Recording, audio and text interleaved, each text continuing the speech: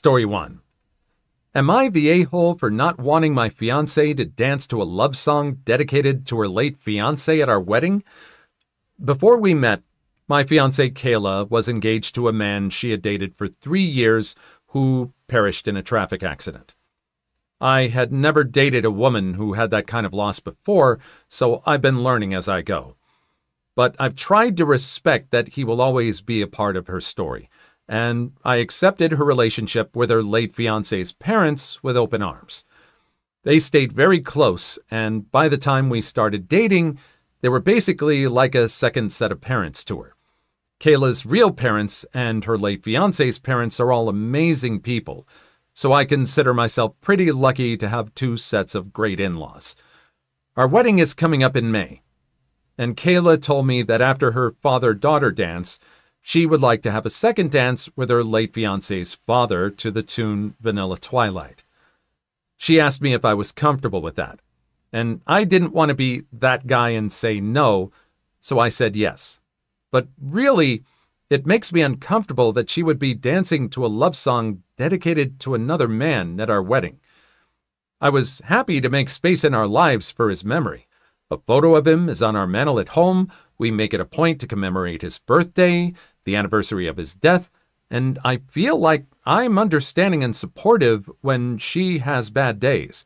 And I'm 100% fine with having his parents at the wedding because, like I said, we're all a family. But I also feel like our wedding is one day that is all about our relationship. Am I the a-hole if I ask her to reconsider this dance? What are the best compromises here? First off, you should have been upfront about it in the most tactful way possible and should have said like that last thing. This wedding should be about our relationship. I think part of it might be about the unalive fiancé's father. If they're that close, he wants to be a part of giving her away as well. I think there needs to be a big discussion about this, and I think you need to be forthright instead of pretending to be that guy. Maybe if you have to see a therapist to discuss this out with just no judgments. And see what she says. Try and do it without that memory. I mean, if the wedding is always going to include the past fiancé, the relationship so far has always included him. This is probably no different. You're kind of the a-hole for not being honest to begin with. Story 2. An escort stole my dogs and the cops won't help, so I hunted her down myself. So it all started on Sunday, May 26th. I was flying back home from Texas where I was at my girlfriend's sister's wedding. We had a layover in Vegas before our 1-hour flight back to Sacramento. I landed in Vegas and I got reception. That's when my roommates called me and told me how the door to our backyard gate was busted open and my beautiful husky wolf mix was missing. That dog is everything to me. She is 3 years old now, and I've had her since she was 2 months old. She's been with me through all my breakups, my layoffs, and my evictions. She was my only friend when all my other friends believed the rumors my ex said about me. Anyways, she's gone, and I get home to start doing the usual putting up flyers, offering a reward, and notifying every shelter, vet, and her chip company of her disappearance. I put notices on every lost and found page, and suddenly it starts to go viral on Facebook. A lot of people really wanted to help me find my dog, and I had every eye everywhere. I wake up one day to a Craigslist ad with a picture of an unknown girl hugging my dog with the ad titled, "Found Husky," sent to me by a friend of mine, so I contact the ad maker. The lady was nice and explained she didn't find my dog, but a friend of hers on Instagram found her. She posted pictures on Instagram and bragged about how the universe brought me this beautiful shrew. She sent me screenshots of her Instagram and all the pictures she posted of my dog. She then tells me I don't know her personally, but she is a fellow escort. It turns out the girl who has my dog is an escort. So she messaged the girl to tell her that she found the owner of the dog, and she fully deletes all posts about my dog and blocks the ad maker. So I think, all right, this is a viral game on, shrew. I get all the people who have been searching, including my detective aunt, and we make a hunt. I file a police report, and they are down to bust this chick, but I have to find where she is and holding my dog for them to do anything, which is pretty useless. I get people to start contacting one another. We found her legal name, all the addresses she's tied with, including her boyfriend, mom, stepdad, possibly dad, and stepmom's info. We even found 2 warrants for her arrest. She was charged with petty theft, hit and run involving property damage, lying to a peace officer, and possession of contraband. After that, I found that info, including her being an escort, which is illegal where I'm from. We had her. I dug up all her info, including emails and phone numbers, with her escort phone number. So I call this woman to confront her, and she starts yelling at me about how I'm harassing and threatening her. This is the first time I've ever talked to the woman, and how she was going to press charges on me. She then said she brought my dog to a shelter. She also told me which shelter 2 days prior. I confirmed that wasn't true. Meanwhile, I'm gathering all the proof I have that this dog is mine, which is 3 years of timestamp photos with me and the dog, and the chip information that my dog is registered with, and her being in my name with the chip company. She is told this and still refuses to give her back, saying, "I'm afraid to give the dog back because the owner is threatening me," which I never did and have proof of that. So now she is on blast on Facebook, Instagram, and online forums as well. I'll provide more edits later. Oh man, come on. That's not the way to end the story. We need to know, we need a follow-up on this. You sound like you have all the cards right now. You have every reverse Uno in your hand when she thinks she's going to win the game with the one Uno card she has. We need a follow-up on this. It sounds like you've got her completely to rights. What happened next? What do you think happened next? Story 3. Male Karen yells at me for being in his spot. Fine. It's my spot now. I work from home full-time and rarely drive unless I'm grocery shopping or out for an appointment. In my complex, there are non-reserved spots and reserved spots in the underground garage, all of which are not assigned. As long as you have a reserved sticker on your vehicle, any of the reserved spots which are labeled reserved are fair game. I have a non-reserved sticker because it's $40 cheaper than the reserved pass. I was coming back from an appointment and turned into my neighbor's reserved spot so that I could back my car into the open, non-reserved spot behind me. Lo and behold, male Karen in his rusty 2007 RAV4 starts honking at me for being in his spot, telling me that I can't park there because I don't have a reserved sticker. I told him I was only backing out. I probably should have let it go, but his Karenness ticked me off so much. As I was getting on the elevator, I quickly realized he only wanted to park there because it was right next to the elevator. A light bulb went off in my head, and I made my way to the rental office, it's the same building, and asked to upgrade my parking pass. It's an extra $40 I'll be shelling out, but it's worth the petty revenge. I was waiting for him to leave for work tomorrow so I can move my car into his spot and leave it there for who knows how long. There are perks to being fully remote. Yep. Patience. This is a story of patience. If he had had a little bit of patience and a little bit of foresight, that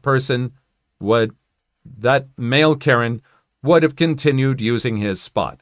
It's a great spot, And now you've lost it because you decided to yell at the wrong person who can park that car for a very long time. And definitely keep track in case this male Karen decides to get some revenge on your car or on you. Start documenting everything, man. Please like and subscribe if you made it this far. I hope you'll enjoy the rest of the video and have a wonderful day. Story 4. Am I the a-hole for refusing to help my stepsister with her house purchase and telling her and my stepfather that it's because of how they treated me as a child? I'm 29 female.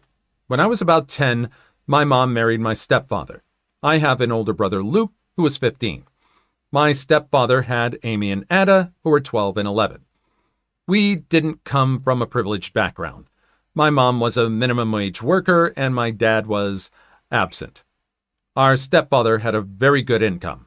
Their deal was that they wouldn't combine finances and they would each contribute equally to the household, and then each takes care of their children with their spare money. So my mom never had anything for us, and my stepfather was spending big on his kids.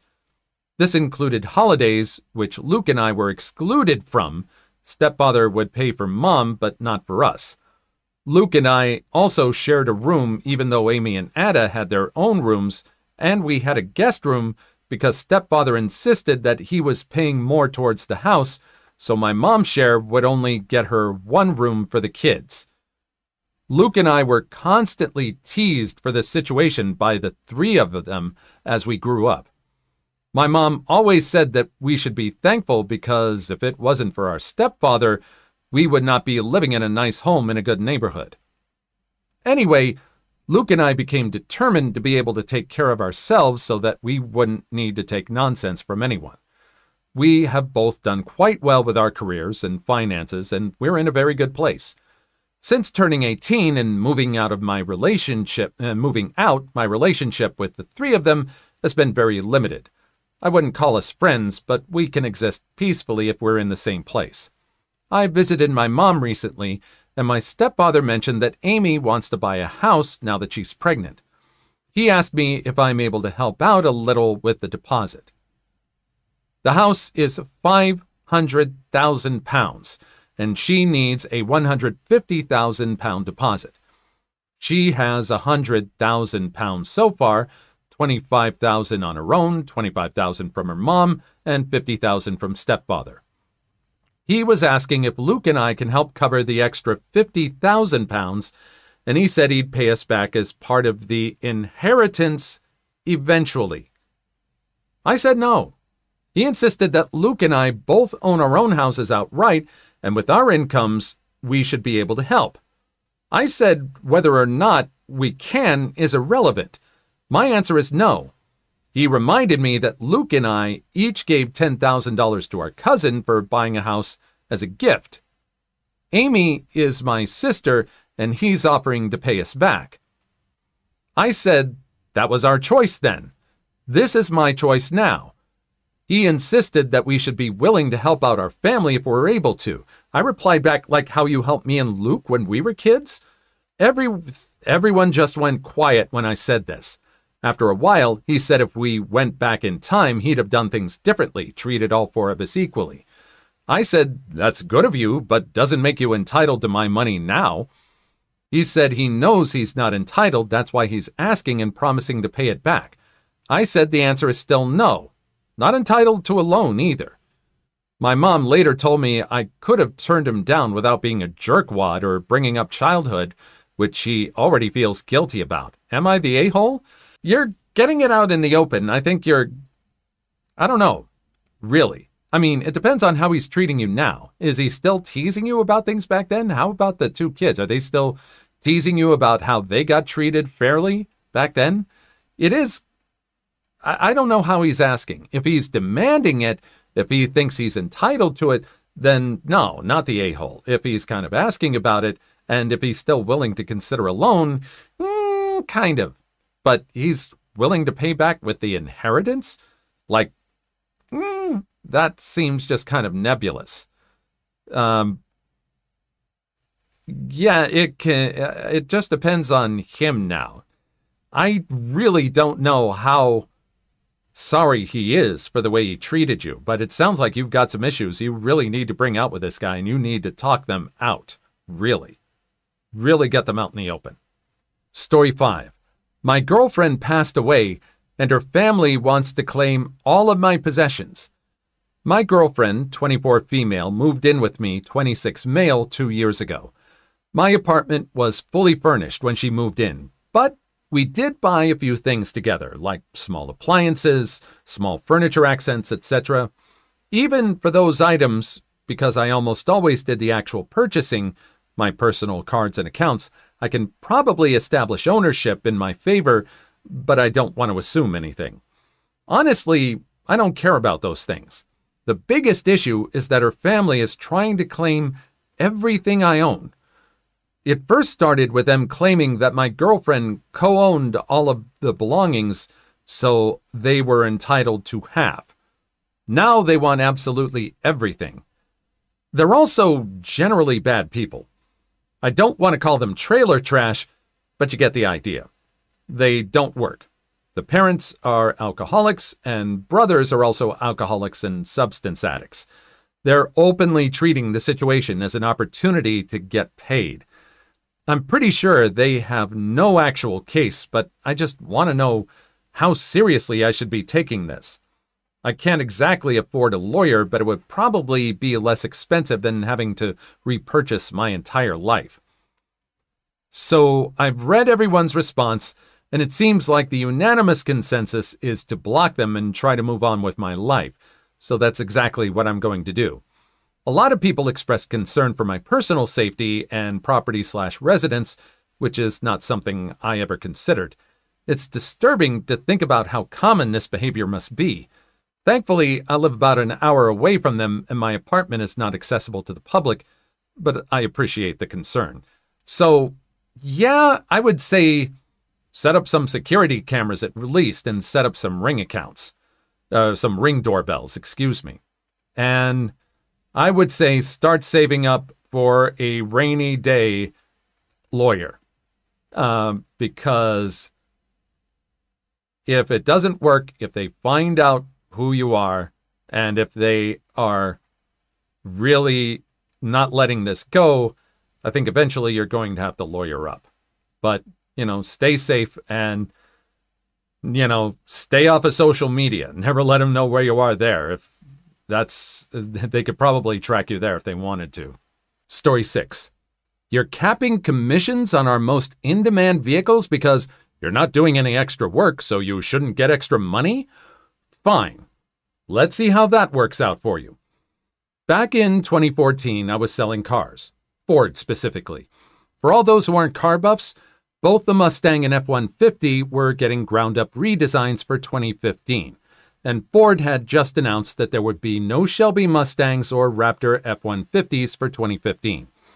Instantly, we were fielding several calls a day about these vehicles, and almost overnight, the inventory we had came with a $10,000 to $20,000 market adjustment due to demand. Our GM loved both vehicles and traded for them whenever he could because he loved chatting about them with buyers. So we had 21 Raptors and 6 Shelbys still on the lot when I sold a ruby red Raptor extended cab at $10,000 over sticker the last week of the month. Both are crazy numbers for the less than 200 new cars we sold per month. With the trade, I was due about $4,200 in commissions, but my check was about $1,700 light. Come the first Saturday morning meeting after payday, we were told that commissions on such vehicles would be capped at $2,500 per a previously ignored provision on our pay plan. There was much grumbling, but management stood firm, citing how incredibly easy Raptors and Shelby deals were. They weren't wrong about that. There was no such thing as a test drive until the deal was done. You could absolutely drive the car before you bought it, but only after we had a signed buyer's order, credit app, and the deal had been submitted and approved. They were generally in and out under 45 minutes, if not half an hour. But still, dealership gets free money and doesn't want to share? Cue malicious compliance. I talked to several other salespeople who, to a man, were ticked, and we colluded.